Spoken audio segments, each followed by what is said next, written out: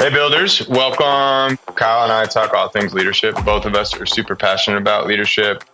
Came from very similar but different leadership upbringings. I think we give a good framework for those that want to lead or those that are already leading. So, hope you enjoy it. Hoping to talk a little bit leadership and then maybe pre-construction stuff if we have time. And then I didn't know if you want to talk about your platform now or you want to save that. That was my only question, is if you want to get into what save it. We'll save that. Let's talk about leadership, especially like from the terms of new leadership, like from a new leader, like trying to like take on a leadership position and what that's like. And then we can veer off from there. I'm sure we will. Yeah. Deal. I guess let's go, if you don't mind, just to tee it up. We talked in one of our previous episodes, and I asked you how you define leadership. You said accomplishes the mission through other people. Yeah, our definitions are almost the same. You said accomplishes the mission through other people. I said creating an environment where the team can succeed. Most important trait for leaders for you is extreme ownership, determination, competitive spirit, humility, selflessness, team first, no ego, don't be a know-it-all. And then, our lists were pretty dang similar. Mine's humility, compassion, grit, accountability, and agility. So I guess from there, let's start with, if you don't mind, let's tell your leadership story one more time. I know you spoke to it a little bit, but I think we kind of wave-topped it as part of your story. So you learned leadership on the rink mostly, would you say? I'd say three areas that I've been my leadership's been formed and really influenced a lot. Number one, I did have a good model as an example, a father, my dad. The guy is a really good leader. Some traits that stand out from him are emotional intelligence, great communicator, strategic thinker, and I would say the number one is his emotional intelligence. That's what he really passed on to me. So that was like a really key. Once you have that, and emotional intelligence, just being able to like regulate your emotions, being able to regulate the feelings that are going on when you're trying to pursue your pursuits, or you're trying to accomplish your things aren't going to happen the way that you want them to happen, or you're going to get punched in the face. You're going to get, things aren't going to go the way that you plan, or you're just going to fail. But being able to kind of regulate your emotion and recognize that not as a failure and just keep going. And I'm going to show up and do this just because that was the plan. That's like, he was really good at that. What did Dad do? Just so we know, what's Dad's background? So he's a business guy. Started with Men's Warehouse, the company, a suit company, started selling suits in their stores, and eventually just worked his way through that organization until he became like a store manager, then a regional manager, and then eventually like became an executive in the company. And then, drifted, and then he went off and did his own things after that. But that was his core. He did 20 years with Men's Warehouse. That's dope. Yeah. Well, I'll ask you a bunch of questions. We're going to have to get Dad on here. I love that story because that's the only, I don't know that story. Okay. So Dad starts with Dad. You said 3 pillars. What's the second one? Yeah. Then the other one, we talked about the competitive hockey environment, right? So grew up in Canada, very, crazy, very competitive and all about hockey, right? Everyone knows that. I fell in love with it up there and pursued it competitively all the way through collegiate, playing Division I. So my first dream was to be a professional hockey player. It did not happen. Glad it didn't happen. But that environment of being on the team, pursuing goals and championships and playing a team sport, especially in a hockey culture, there's leadership principles woven in all of that, just like in any sports team does. But that was big for me. Putting some big lessons there was the ability to put yourself below the team, putting the team above yourself. That is very big in hockey culture. You are not bigger than the team, and if you do, your team will not respect you if you are the guy putting himself first. Good to go. I'm gonna pick up on all these. And then the third and final mentor. And the third and final was taking that background of good modeling from parenting and the hockey environment, competitive hockey environment, then going into construction and being exposed to the construction team environment, because construction is a team sport. That's like what I love about it. It's like we're forming teams and tackling the building challenge through a team, as a team. These projects cannot get built by one or two people. Like everyone needs to be in the right roles, right responsibility, all rowing in the same direction to make this happen. And so I was exposed to good leaders. I wanted to eventually get one of my mentors on the podcast here. That I think that would be really cool and break it down. But he just put on a clinic for me in my first job site about showing putting the team first, how to communicate, how to negotiate, how to motivate and inspire people, how to set an example, how to hold people accountable. He was just great at all that. And with that hockey knowledge came a lot of it was able to glue together. I was able to pick up all this stuff on the team dynamics very easily.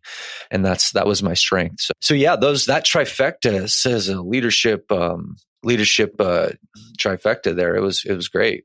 Yeah, it's awesome. I think it's really interesting. So depending on who we're talking to, like I always think, I hope our audience reaches down to the people that are banging nails. Like I think we both have a heart for the guys that actually are laboring, the foreman and all. I think I guess the question I would ask you is we like, if we're talking to let's say we're talking to non-leaders, and everybody, I don't want to say everybody, many aspire to be a leader. So like, is there anything like, what would your caution be?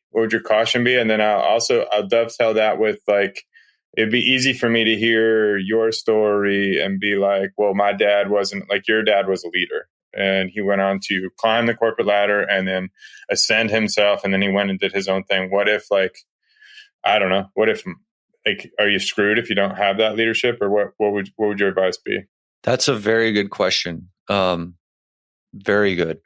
Because yeah, that is the case. I recognize that I am pretty fortunate in that category. And yeah, the good news is that if you don't, then yeah, you're not starting off on maybe the same chapter. That's fine. But leadership's a skill like anything. Like it's like math. It's like, yeah, there is some innate abilities about it, but you can learn that. It's behavioral stuff. You can go from follower to leader like anything. It's just learning a skill. And we can talk about that. But ultimately, the thing about leadership is that there are nuances that you have to learn for yourself, right? There are things about yourself. A big component of it is self-awareness. So I think for the new leaders that maybe you say, oh, I didn't have this level of modeling or didn't get exposed to the mentors. Well, recognize first is awareness, knowing, okay, what is leadership? Why is it important? And okay, how do I go get some of that? And you're going to have to think about and do some self-reflection first to figure out who you are. That's going to trigger how you lead. But there are some fundamental things. I think to answer the second part, there are some fundamental principles of leadership that you need to know. And maybe we could go through that for new leaders that are looking to get after and get started. There are some fundamentals. Yeah, I think we should explore that. I guess my question would be, so this is what I see, and you tell me, I don't know, my world's a little different than you. Well, before I start spouting off, tell me, let's do your journey just really quick and marry it to the conventional. So forget your story, like typical construction. I feel like a lot of kids they get an engineering degree, realize they don't want to be an engineer, or they get a construction degree. And so, you start, and we might have talked about this, but on the office side, so our field guys, if you're listening, this is how it goes. So they go to school for 4 years. They do engineering they're a project engineer, which is basically the junior man on the totem pole. Conventionally, how long is that tour of duty? Average?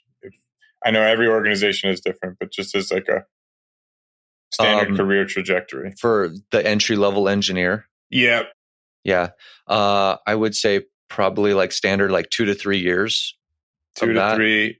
And then they typically go to a junior or assistant PM. Yeah. Assistant PM. Then you'll go over like to depending if you're going the office or field route, then you're going to assistant superintendent, or you're going to an assistant project manager, or some companies call it like senior project engineer. It's just like kind of like a junior project manager. And then you're getting closer to becoming a project manager. Yeah. How long are most people in that assistant junior? I mean, and I know this isn't fair, but if you had to guess the average. Yeah, I'd say average like from entry level to like project manager is like 5 to 10 years. Okay. So they're there for 5 to 10. And then I've seen career PMs. I mean, you can make great money just being a PM. You could be a PM for your whole life and never aspire to be an executive. Like you don't have to, but let's say if that's for the person that really wants to be and what do you guys call them? Project PEXs, PEX, project execs, project execs. In VPs, our company. directors. Yeah. In our company, they're called construction managers. Those are like the regional executives, or it's the same as a project executive. So that you said construction manager? Yeah. Or construction manager. And that role, and just humor me here because I'm speaking on my fellow small business guys. Like we don't know. We only got, but so what that is you're not an executive, i.e. on the C-suite, but you're an executive level person, right? That's like a director kind of VP tier. Yep. And you're executive. Yep. Okay. So you're like the project director. Project director. Yeah. Was another good term. But you're not the executive in the company, more of executive at the project level. And I'm going to put usually in a region. You're usually managing a region of projects. Regional. And so I just want to make sure I've got my notes right, because this is really interesting. Even like for the subs, like we don't know what's going on in the big dogs world because we're just fighting all the fires. So PE, project engineer, 2 to 3 year tour, assistant PM, 5 to 10, and then PM's average, you're going to be in that lane before you're ready for like a regional leader. If you're doing all the, like on an average, another 10 years? What would it be? Would you say? Yeah, another 10 years, depending, like, it depends if that person wants to develop another skill set, because they're two different skills. Like you said, you can be a career project manager, you can be a career foreman, you can be a career, superintendent, but to go to project executive or higher VP, those are different skill sets. Those are more running businesses. And then let's talk, like, I'm just going to call it the director role, project exec, VP, that tier. 2 questions. How long are most people there? Like, understanding there's, maybe hundreds of those at big companies. There's 4 or 5, maybe 10 execs. Like, so I'm going to ask, like, how percentage of execs that ever make it to the C-suite versus, and like, how long do you sit and wait for a seat? And I know every organization is different, right? I know that, but just from the lens that you've seen as somebody that may one day be in that, what is it? Yeah, Is it 2% of exec? Pete, anyway, go ahead. Yeah, it's low. I mean, there's a lot of variability here, but it's low. It's got to be like 2 to 5% that actually go from project level to corporate level executive. Yeah. And how long would you like? Is it anywhere from 2? It depends on how good you are, really. At that point, depends on how good you are and your relationships, and how great are relationships and what you bring to the table. It could be a 20-year journey, But got it. Okay, so that helps for all of us. All right, so now I'm going to embarrass you a little bit. So the Kyle journey. So you graduated in 2012. You graduated same 2014. 14. So 2014, engineer Kyle. How long are you an engineer? Because we're 10 years and we just outlined 20 years. Yeah. 3 years. And then I was on a job for the entire time, 3 years in Miami. So I just rode that whole job out as a project engineer. And then from there, I started really dialing myself in mentally and everything. And it was like 1 year assistant PM, 1 year project manager, 2 years senior PM. And now I'm in this operating as what we just talked about, like a regional project executive.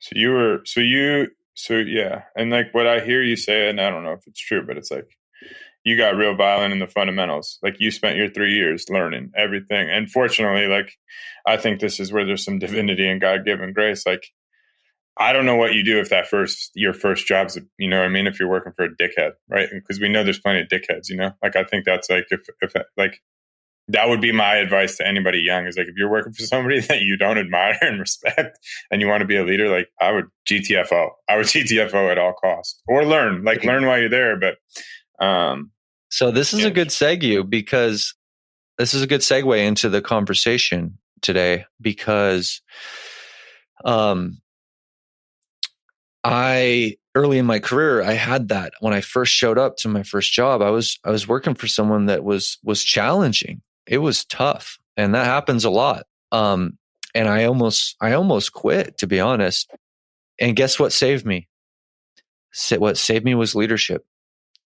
I started studying leadership, and that's what helped me on this really fast pace career acceleration was leadership. I figured out early on the key is leadership. And I ended up with dealing with that boss using leadership techniques, and I had to outlead him. And I led my boss. I led my leader. And we can talk about the nuances of how to do that, but it helped me get in the right mindset, not be affected by the bullshit that he was doing, and actually build a better relationship between me and him. And I made it through. And I'm glad I didn't, because I needed to get right by that one boss and get on to the next opportunity to really start spreading my wings. So your first gig was not that project in Miami. It was for a different guy, or this was after Miami, this fella? It was for, actually the guy in Miami. It was the same. So I had a mentor. He was kind of the regional guy, the guy that I was telling you that, but he wasn't my direct report that I was like reporting up to. Dang. Yeah, I don't even know how to ask questions anonymously without getting into particulars, but that's probably so. Let's offline, baby. We'll go offline on that one. Okay, but I think yeah, there you go. But I think this is what. So let me first say, my story is not as succinct as yours and is not as clear because I'm like a freewheeling entrepreneur that didn't know what he was doing, still doesn't. Yeah, well, let's hear it. I'm interested. Yeah, I appreciate it. So my dad taught me how to get a dollar to go farther than I think most could. Like the guy he's so penny wise, it's foolish, but like it's also, he had low EQ, really low EQ. And like, it's a shame because like my dad's a really lovable person. Like if you met him, you'd think he was just the greatest hoot and holler. But like if you worked with him, you'd want to kill him. Like I wanted to kill him.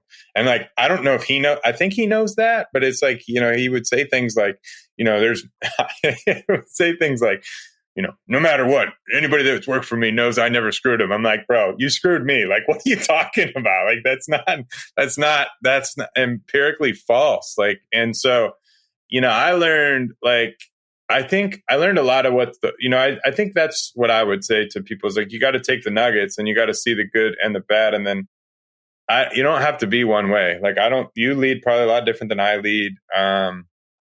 You know, if I wanted a manager, if we needed a true manager, I would hire Kyle, not me.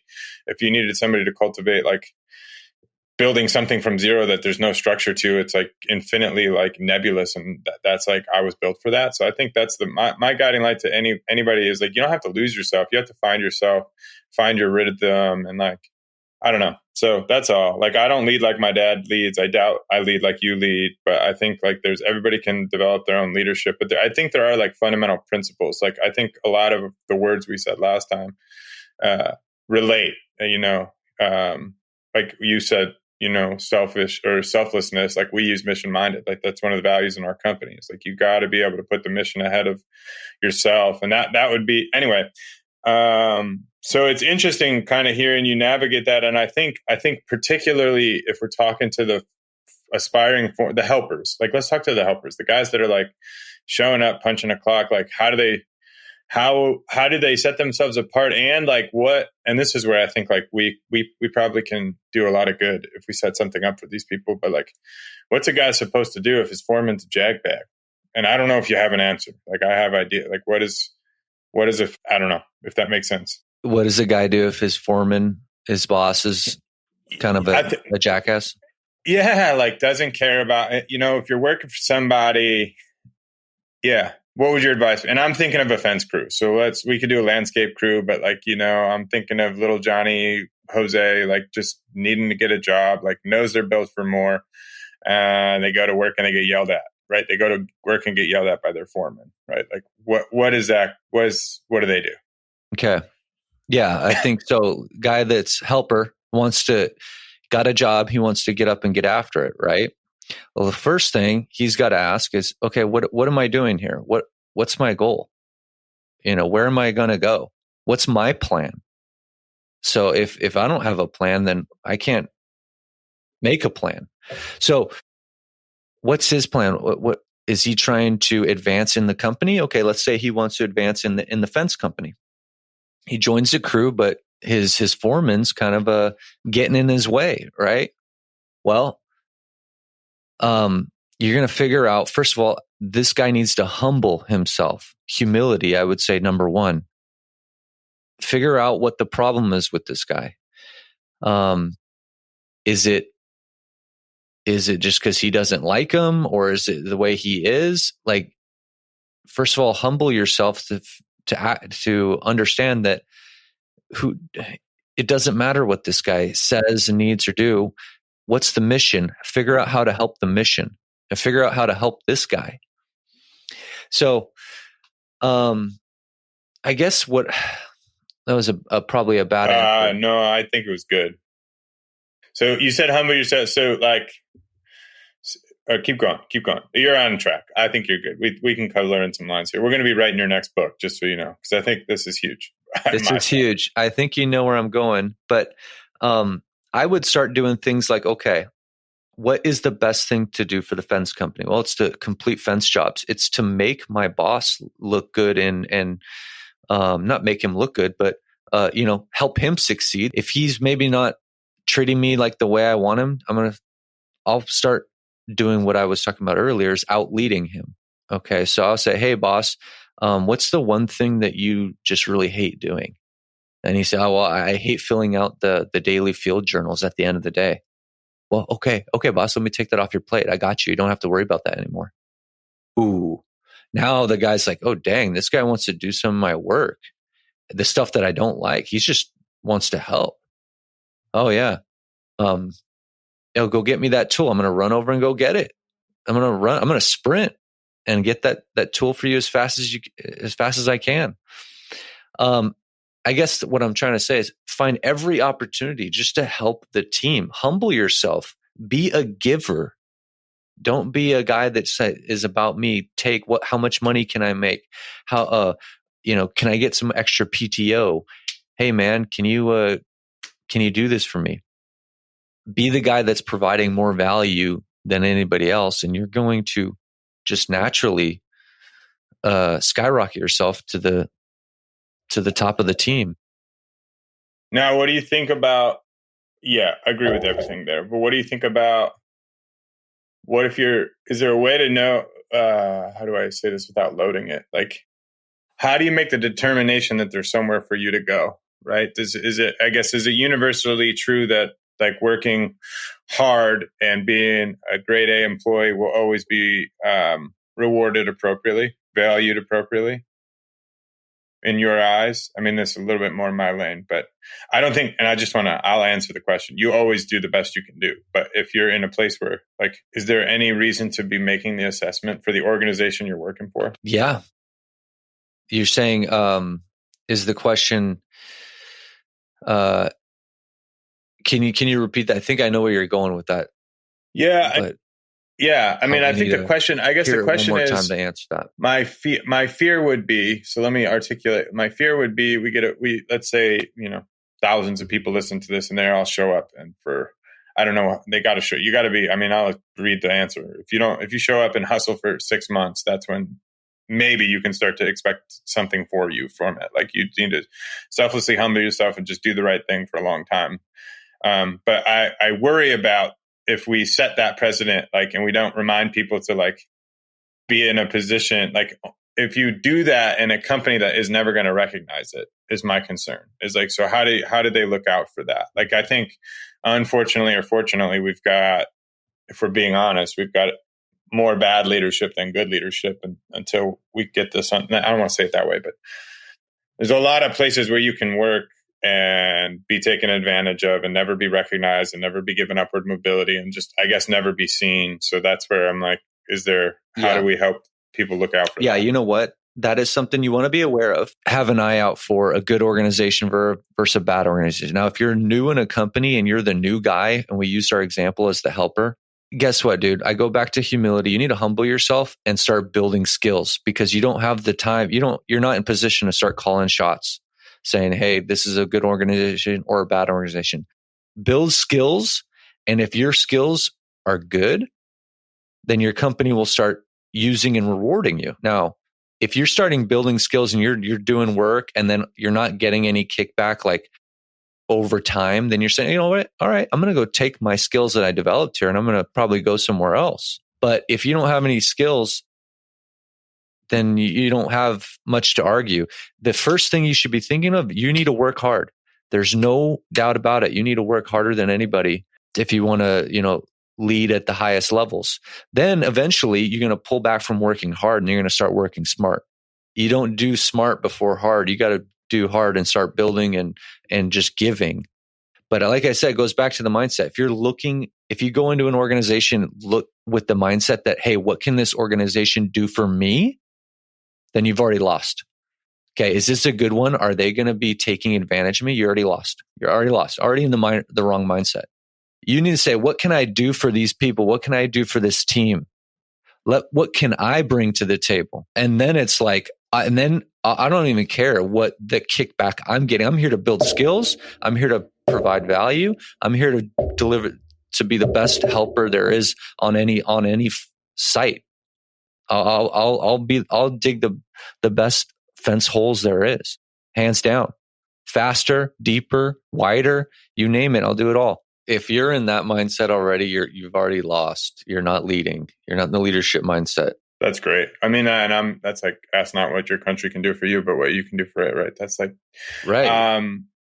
Then later, once you have established, earned, reputation, then you can go out and start saying, hey, I think I need to be rewarded a little bit more, or my skills, I need a bigger bonus. I can go get some more money over here, right? Then you can start having conversations like that, but that's way down the line. So let's talk about and I'll pull us here all the time. So if you don't want to go here, feel free. We can go get more to leadership, but generally, and this is one of the reasons I wanted to do this with you, and I think we can have we can have an effect on this. Like, I don't think we have like, everybody, you'll hear all the boomers, right? Like, nobody wants to work, right? And like, I've always said, we don't have a motivation issue. We have an inspiration issue, right? Like, it's like, if we don't give people something to be inspired by and to hope for and to know that they can grow and all that, like, I think it's on the leaders, right, to set an inspirational tone. But in general, and maybe I'm just removed from the audience, is like, I heard you say, like, I'm gonna dig the best hole I can dig, and like, that is the answer, right? If everybody showed up with that passion, that vigor, and like, forget it. I don't care if you're picking up dog poop. Like, that is a career actually for people. Like, it doesn't matter. Like, whatever you do it in a way that's excellent, and like, good things will happen. Why do you think that is? I think a lot of people might listen to that and be like, these guys had a head start that we didn't have, or these, like, there's I don't want to say the entitlement, but like, why isn't that more the norm versus the exception? I don't know. First, do you agree? I agree that we're talking about exceptional people that come to work and just, they want to dig the best hole. They want to run from site to site. They want to do excellently. Like, that's rare relative to apathetic, like moseying around. Do you agree with that as a general? It is rare. The question is, why do you think that there is this in today's culture, that there's not as many go-getters like that? Yeah. And I would say, what is the block? Because I don't think anybody wakes up and says, I want to be average or I want to be sub-average. I think everybody wants to do good work. I think there's a general apathy. I don't know if that's the right word, just kind of, I just wonder where it comes from. Assuming, if we agree, leadership is everything. So where like, I think I do think it's still an inspiration problem, but I think it is an inspiration, but an inspiration problem goes back in my mind, it goes back to a leadership problem, because the leader is responsible for making sure their teams are inspired and motivated, right? So, but I do think there is a culture shift going on in today's culture. Back in the day, or when these boomers refer to as their working lives, work was different, right? The culture of showing up to work and doing a good job and just putting in your 8 to 10 hours and whatever, it was different. They didn't have social media. They didn't have this hyper connectedness that we have now, and the culture has kind of changed, and the way people are motivated is kind of changed. But I don't think we can't have as much, but I think it's a leadership problem. So I think that we need to do a better job of touching and getting to we have to be more intentional about speaking to the individual and motivating them, and actually like telling them the why and how they fit into the bigger picture of the mission and the team dynamic. I think we have to be extra intentional about that with today's culture. That's what I've found. There's a quote that I love and I always think about, and it's by this philosopher from back in the day. And he says, if you want to build a ship, don't just drum up a bunch of wood and labor and start assigning tasks. Okay. Instead, teach them to yearn for the endless, the vast, endless sea. So instead of just saying, hey guys, we got this job, here's some wood, here's some material, here's some extra labor, now get it done. Well, it's like, that's not a good way to build a ship, especially in today. Maybe that worked in the boomers age. Hey, get it done, guys. We got a job to do. It's work. Take pride in work. Well, in today's culture, I don't think that flies. You have to actually teach them how to want the why. Why? Like, let me teach you how great sailing is and how beautiful the ocean is and how many great animals and fish are underwater. The only way to go check it out, and so I can show you, is if we go build a ship. It's going to be amazing. Well, then you got everyone's hearts and minds motivated into the picture, and they're like, yo, let's go build a ship so you can show me all this cool stuff that you talk about in the sea. So I don't know if that resonates, but that's what I think leadership is. And yeah, that's the extra step in today's culture.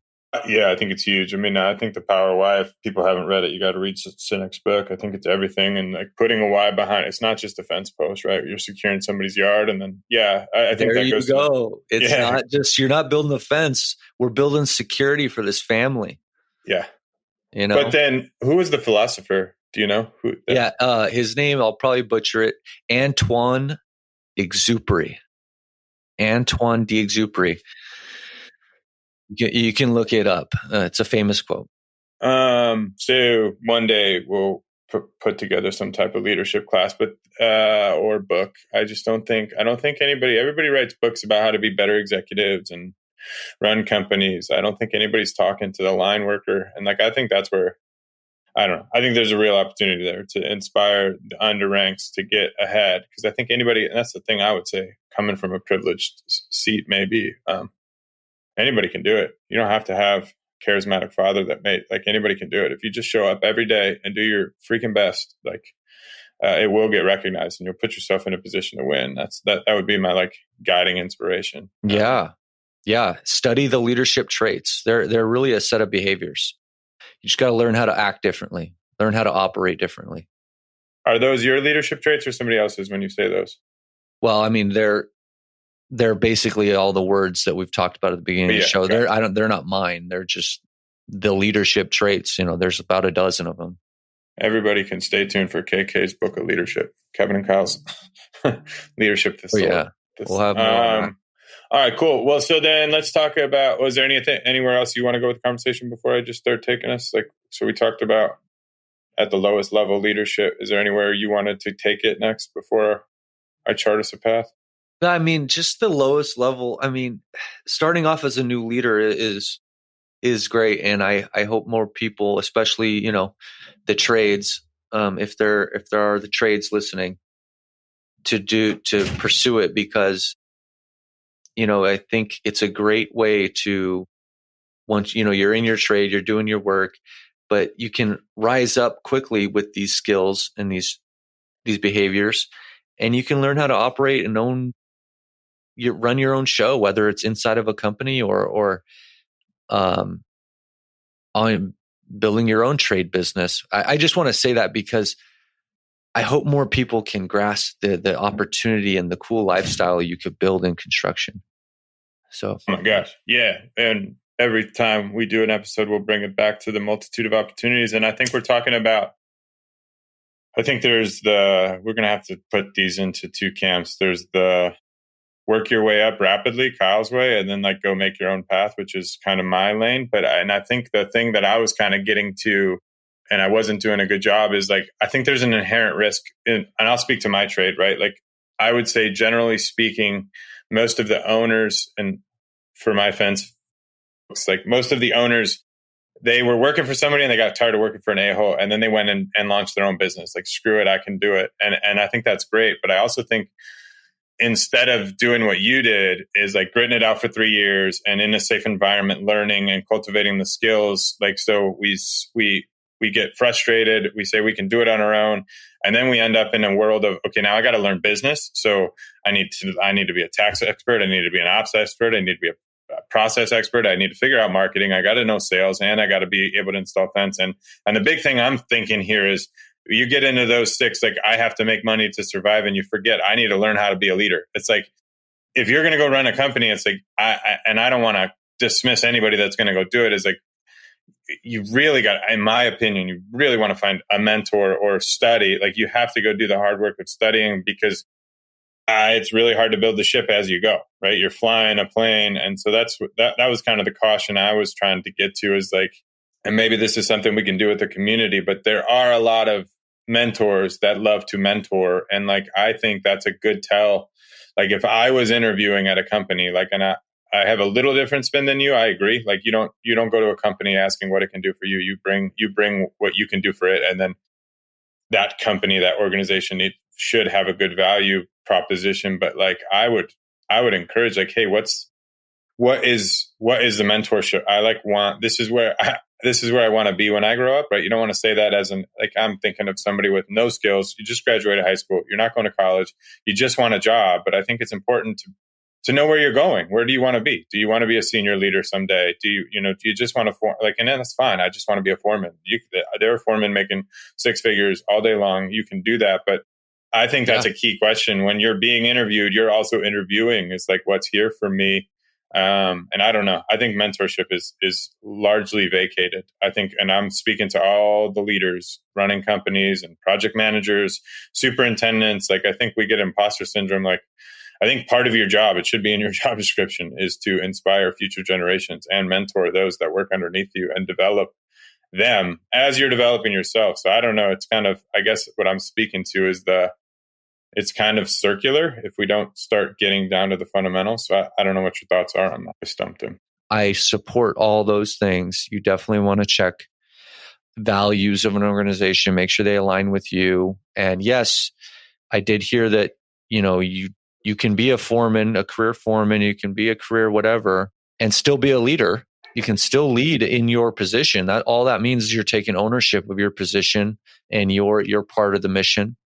That's the last I heard from you, Kevin. Yeah. And I think that's it. It's just, I think that's something that maybe we can do with our community or figure out. Is I just think the mentorship loop is broken, and I think a lot of people kind of suffer from imposters. If you're not running a company and you're not already an executive, don't realize the fullness of, like, if you're a foreman, if you're a help, like what you said is like, you need to lead yourself from and put yourself in a position to lead from day one, and like hone those skills. I don't think that's being taught myself.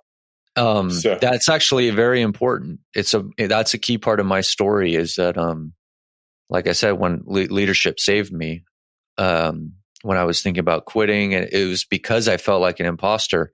When I was 25, 26, I thought I was supposed to be this millionaire already. I literally was like expecting to be this Mark Zuckerberg entrepreneur worth $1 billion. That looking back, that was me kind of being a little naive and just stupid. But again, that was me being in a position of, wait, like, how can I take more? I need to be more. But leadership helped me reverse and think, how can I give more? How can I support a mission better and build other people faster? That's once that shift happened in my mind, and I stopped the pressure of, I need to have my own business. I need to be this billionaire. That really helped me focus in and be a better leader, and then ultimately became more valuable. And then the reverse thing happened is that people started giving me more opportunity and benefits and autonomy. And then it was like, this is what I wanted a whole time. And it all happened from just switching from taking to giving. So yeah, that's very important. Yeah. Super profound. This probably won't land, but have you ever heard the analogy of like, all you want is the balloon in the pool, and the harder you swim after it, like you just keep making waves and pushing it farther and farther away. And then when you finally sit back and just let it come to you, you realize you're sitting in a river, and the balloon would have just come right to you. If you like, not that you got to want it, but you can chase it too hard. I don't know. Yeah. That's a good one. That's exactly it. Awesome. Well then, so I guess to take this to the next step, right? So we talk about junior leaders, and then what would your advice be? Let's talk to the mid-level manager, superintendent, project manager. They want to develop their craft. Like what would your recommendation be? Like they want to accelerate. They're like, hey, they're listening, and they're like, yeah, I want to be a better leader. I want to, maybe one day I want to run a multi-million-dollar company, or I want to be responsible for a region of construction. They don't have a mentor that they like look to, and they're like, I want to be like that person. And they don't have that avatar. Like, what would your guidance to them be? Ooh, okay. It'd probably be a list of things. You just described a high performer, or somebody that wants, has got some pretty audacious goals. So I like that. I say a few things for this junior up and coming guy would be, first thing is guy or gal. Humble yourself. Okay. And know that if you have some pretty audacious goals, so you're going to want to humble yourself. You're going to understand that you do not have all the answers. So don't act like you know everything, because you don't. Your boss knows that. Your team knows that. Everyone knows that. So don't act like you know everything. Start learning. Start being a student of the game, because it's a long haul, and you have some big goals. So slow it down and just start chipping away. Listening. You're going to want to get real good at listening. Basically, a Navy SEAL saying that I loved hearing when I heard a Navy SEAL speak. He said, 90% ears, 10% mouth. That's always stuck with me. Okay. So listen to what the true underlying messages of what's going on, who's talking, what they're actually trying to say. Start treating people with respect. Everybody. Respect has got to be like a foundation of the way you operate. Respect people's time, energy, contributions. Taking ownership of your life. I think if you're on the path of becoming a great leader, your ownership has got to be your default. And what I mean by that is no more excuses, no more people to blame, no more anything like that. If you're broke, own it. That's your fault. If you aren't getting the results, own it. That's on you. Stop blaming other people because it just doesn't matter. Leaders don't do that. And that's the hardest for people because that requires getting your ego in check. And your ego, throw that thing out the door. It's gone. Crush it. Ego death. Have integrity. That's another one. Do what you say. Say what you do. Don't lie. Be honest. Don't lie to yourself. Don't lie to other people. You're going to be doing a ton of stuff for the first time, so recognize that. And I think that if you are doing a ton of stuff for your first time, you're going to be making a whole bunch of mistakes. But if you're always operating with integrity, then you don't have to worry about those mistakes. You'll always be able to sleep at night because you're just attempting to do the right thing or doing the right thing. And then learn how to get the job done. Learn how to succeed. You're going to have to build real skills because that leadership is about accomplishing a mission. If you don't accomplish a mission, well, then you're not a good leader, right? You fail. So you're going to have to go get skills so that you can accomplish mission. Learn lean construction. Learn time management. Learn emotional intelligence. Learn negotiation. Learn how to plan. Learn how to schedule. Learn how to strategic think. All these are skills that we can go out and learn. There's books. There's podcasts. Become a sponge for information and knowledge that you can start applying in your field. And that's the recipe. You got to do that over and over. Get inside coaching programs. If you need one, I got one coming out in a couple months. So there it is. be around people. What if you, and this is not fair, so if you need some time, because I was going to write mine, but what's your, what would be your, these are the books you should read. If you were looking for people that want to grow themselves, what would your book list be? Extreme Ownership. Obviously, we've mentioned that I think a couple times on the pod already. Great one to dive into ownership and the 4 laws of combat, which are decentralized command, keep it simple, extreme ownership. What was the 4th one? Cover and move. Yeah, cover and move. Love that. Teamwork. Good to Great, Jim Collins. One that's good, that's really good for construction is, and you wouldn't think so, but the 33 Strategies of War by Robert Greene. Really, really good one. You would think, the differences between, what does war have to do with construction? But I think there's a lot of similarities. And I often joke that we're on the battlefield, kind of like on the construction site, but it's really true. There's a lot of ways to there's a lot of strategies from war that you can pull and apply to your job sites and your teams. And that book's really, really cool. So check that one out. And the war on site is waste and variation. Those are the enemies. Those are the enemies that we battle, right? Waste and variation. And so there's a bunch of strategies that how to lead teams and people on how to eliminate stuff like that. What else? Start with Why, Simon Sinek. All of Jocko's books are really, really good. Leadership Strategies and Tactics is a really good one too, for a lot of nitty gritty stuff that you want to have in your tool belt. What about you? What kind of leadership books you like? I love Good to Great was on my list. Start with Why is also on my list. The one of similar but different is Fearless, my favorite book ever. Fearless, a story by Adam Brown. I think it's Adam Brown. It'll be coming out. That'll be a military story. He was a Navy SEAL, one of the most incredible, one of the most incredible humans and stories around. I love, especially for entrepreneurs, but I think it applies to everybody, 10 times is easier than 2 times, written by the same author as Who Not How. It's a big thing, the ability to delegate. Ooh.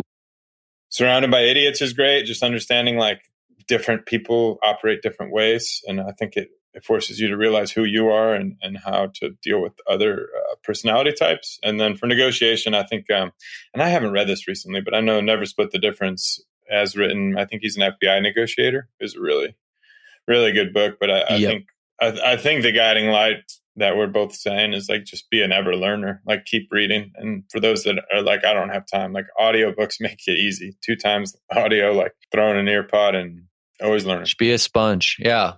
It's true. And if you don't understand this, that what you consume, everything you produce is downstream of what you consume.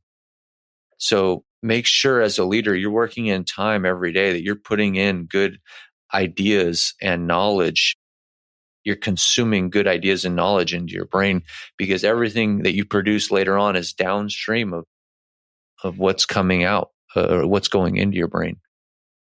Yeah. So very important. And I think it's also important, and I don't know that this resonates, but you said something like find it within yourself, right? Humble yourself, channel an inner striving for greatness. I think a lot of people like don't understand themselves, and this will get a little bit deeper into the psychology world, but it's like you can be anything you want to be, right? It starts with like a lot of people say, well, I'll never be able to do that, or I can't do that, or I don't. It's like you can if you really don't have an affinity with details. I'm one of those people, like you can figure that out if you want to figure that. Like don't lose yourself, but I just think that is missed a lot. It's like you can develop yourself into anything you want to be. It's like, people listen, like I can think of a project engineer that's like, I'll never be as charismatic as Kyle. It's like, that's not true. If you want to be, you will. If you say, but the minute you say I can't, or I won't, or I could never, or I'm this way, like you've lost the battle. Like it starts in the mind. You've lost.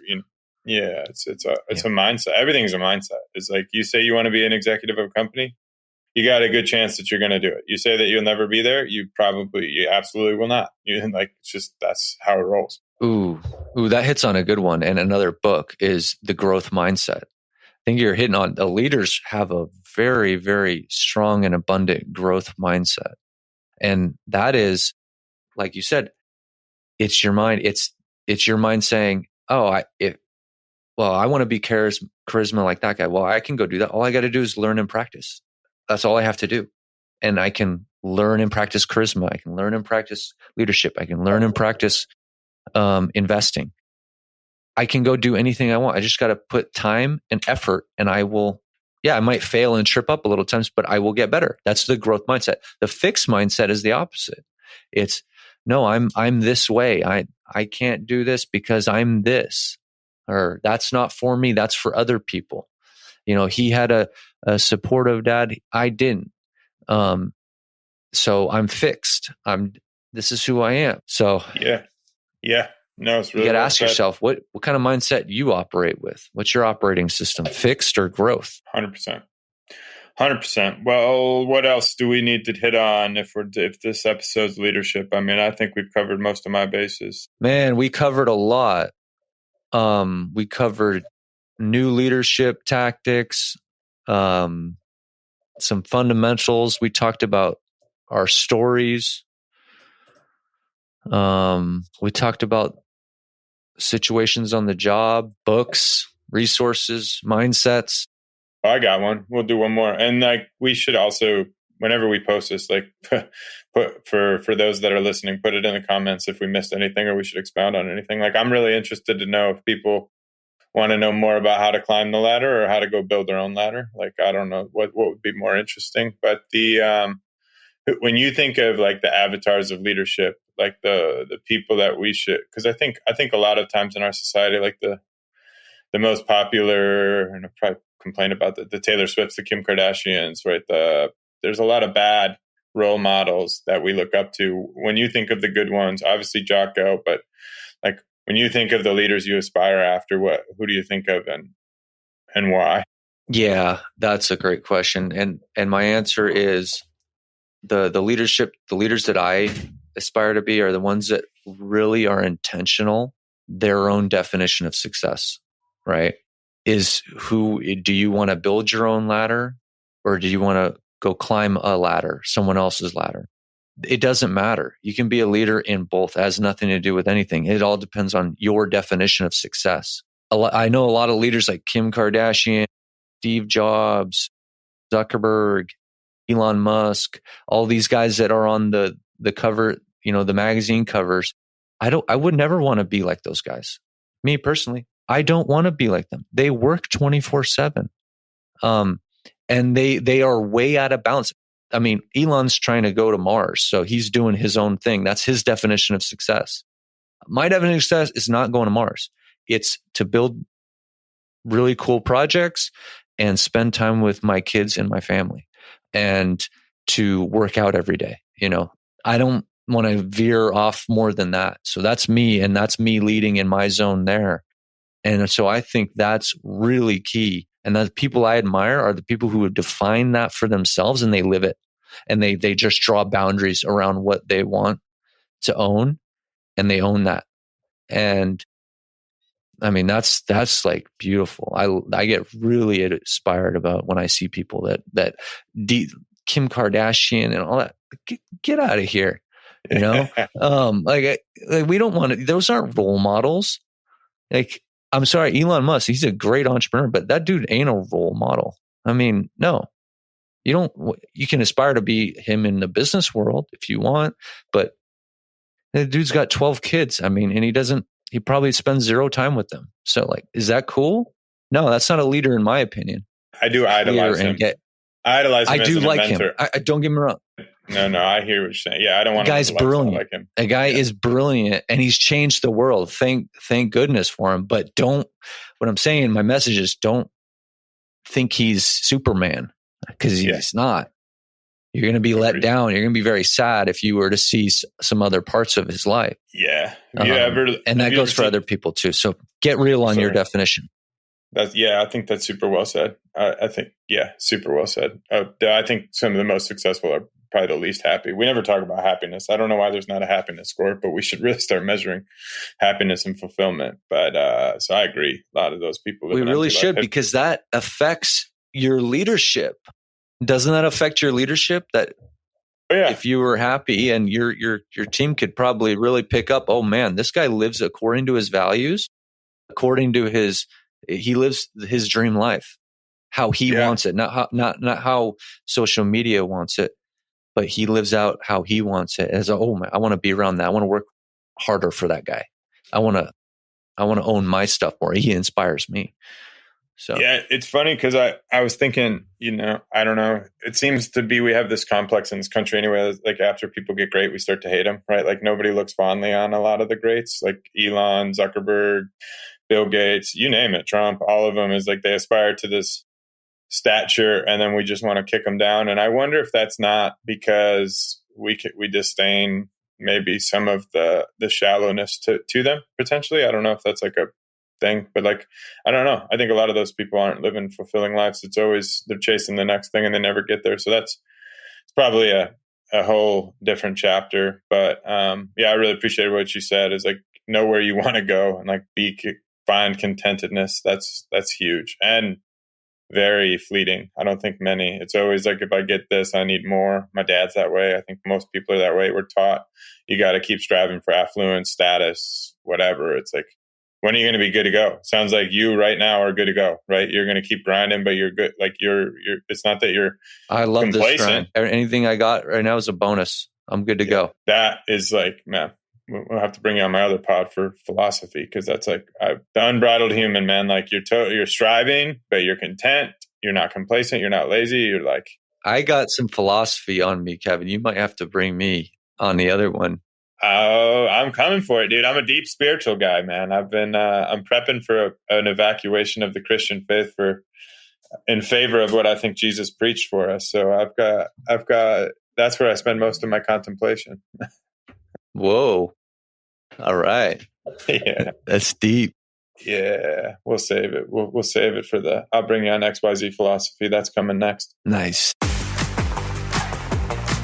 I think that dude's super smart. I was actually surprised how much we had in common. I hope you guys enjoyed it. If not, give us the feedback, because then we'll do something with it. If so, drop a like, share it with your friends, and keep building better. Stay curious.